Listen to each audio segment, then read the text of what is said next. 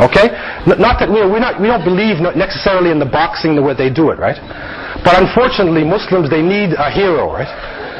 So when he won the championship and he said, why did you win? He said, it's the power of dua. He said, because of Allah. Publicly. Okay? So that has had an influence there. And we hope that Allah would guide him and guide Minister Farrakhan and these people, to the truth. But inshallah, they can't stop the word of Allah now. It's spreading all over the place. It has entered into the Indian reservations. Also the Hispanics. The Spanish-speaking Hispanic people, they're also coming into Islam now. Also Euro-Americans are coming into Islam. There's a number of Euro-Americans now who are good scholars of Islam and who are in America and spreading the teachings within Islam. So inshallah, there's a strong future ahead for us in America. Yes, brother. What's the situation in Latin America regarding Islam? In Latin America. Okay, in Latin America, you mean like South America, right? I mean, Central South America. Argentina, Chile, Yeah. Okay, I was in Brazil about 4 years ago, in Sao Paulo. And in Brazil, there are more Lebanese in Brazil than in Lebanon. There are more Syrians in Brazil than in Syria. It's a lot of Arabic-speaking people, man. All Venezuela, Argentina, all over the area.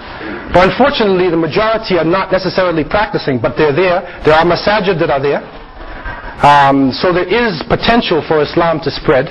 In Brazil, there is a section called Bahia in Salvador. In the Salvador region, the Bahia, in 1835, there was a slave revolt. And the slaves were from West Africa. They were Hausa and Yoruba. And so the slaves revolted. And they were so powerful that the Portuguese sent them back to West Africa, or some of them. Just let them go back. And so the descendants, the children of these revolutionaries are now coming into Islam in large numbers in Salvador. So in Guyana, in British Guyana, in Suriname, Dutch Guyana, there's a lot of Muslims. There's a revival of Islam. There's a lot of Muslims there. In Venezuela, Caracas, there's 100,000 Arabs in Caracas. Big masjids, there's communities, everything is there. But more dawah efforts need to be made to take it to the people. This is really the problem in many countries. We haven't given the dawah properly to the masses of the people. This is really what we face everywhere now. How to give the dawah to the people. It's critical. Allahu Alam. Any other questions anybody has? Yes, brother. You mentioned heading to globalization. You have the internet and other resources. Do you have trustable resource just to argue by the name of Islam to say don't read this magazine or don't trust that book? Do we have resources? Have that resource on the internet?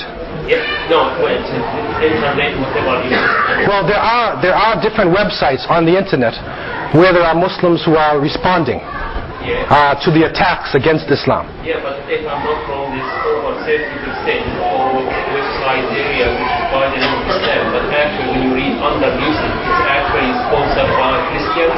Yeah, there are some dangerous sites.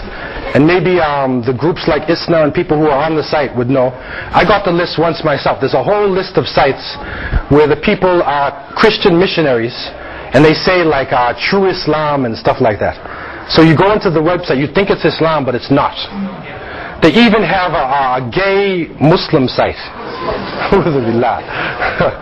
They have this thing there, And we have this problem in Canada too. They call themselves min alaq. They're always talking about this blood clots and alaq and stuff. So they formed a group and they came to us in Toronto and they said they want to have a masjid, their own masjid. Because what happened in Toronto, I don't know if it happens here, but the gays are all in one section. They have a place where they pick each other up. So there was racism, so all the brown gays were all together. Right. And so then the Muslim ones, they found themselves together and they went to a community center and the government gave them a grant. And they said, you're a minority in a minority. And so they came and they called me and they said that we want to have our own center and we call ourselves Min Alaq, which is Gay, Lesbian, Bisexual, Islamic Support Group. That's what they call themselves. So they said, what is the position of Islam on homosexuality? They asked me this. It's a newspaper, right? So I said, put my name in the paper. The position is death. And we cannot change Islam. But then they said to me, and this is a question you got to consider. They said, what happens if a homosexual comes to the masjid? What are you going to do? So we said, Inna Allah yaghfiru dhunuba jami'an. Allah forgives all sins. If he's serious, and a person came to me, and he came in the office and he said he was homosexual and he cried. And I said, what happened to you, man? And he said, my father abused me. He's a Muslim. So we felt sorry for the brother. I said, brother, you know you're sick? And he said, I'm sick. So he sent him to a Muslim psychiatrist so he can work through his problem and then bring him back into the masjid. So anything can come now these days. Anything's going to come at us. But we cannot allow, in the name of Islam, gay masjid to come. We cannot allow this, man. And they're trying to do this. Last summer they had what they call gay pride parade. Do they have that in Sydney here? Because Sydney's a target city, right?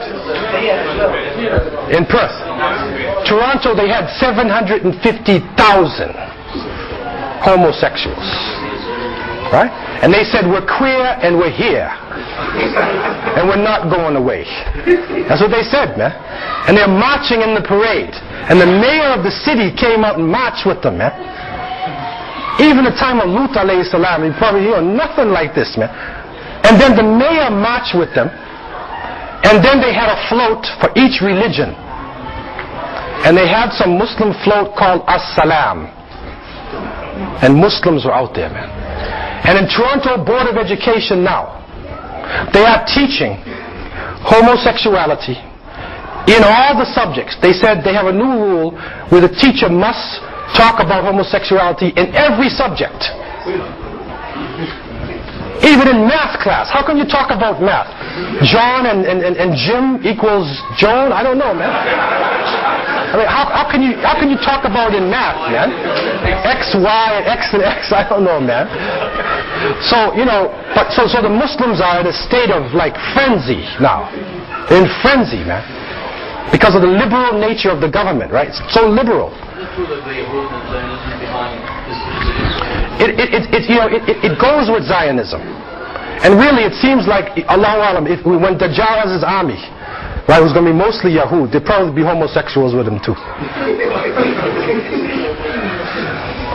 Wallahu Alam. Any other questions anybody has? I'm going to take the brother here. I was just going to make a point about how that group approached you, the gay group. I was going to say that nowadays I think you need like 2,000 followers and it's an actual world religion. If they believe in the same thing you do, it becomes a legal religion. So there's actually, after the movie Star Wars, a religion in LA now starting called Jedi Knights, where they believe in the...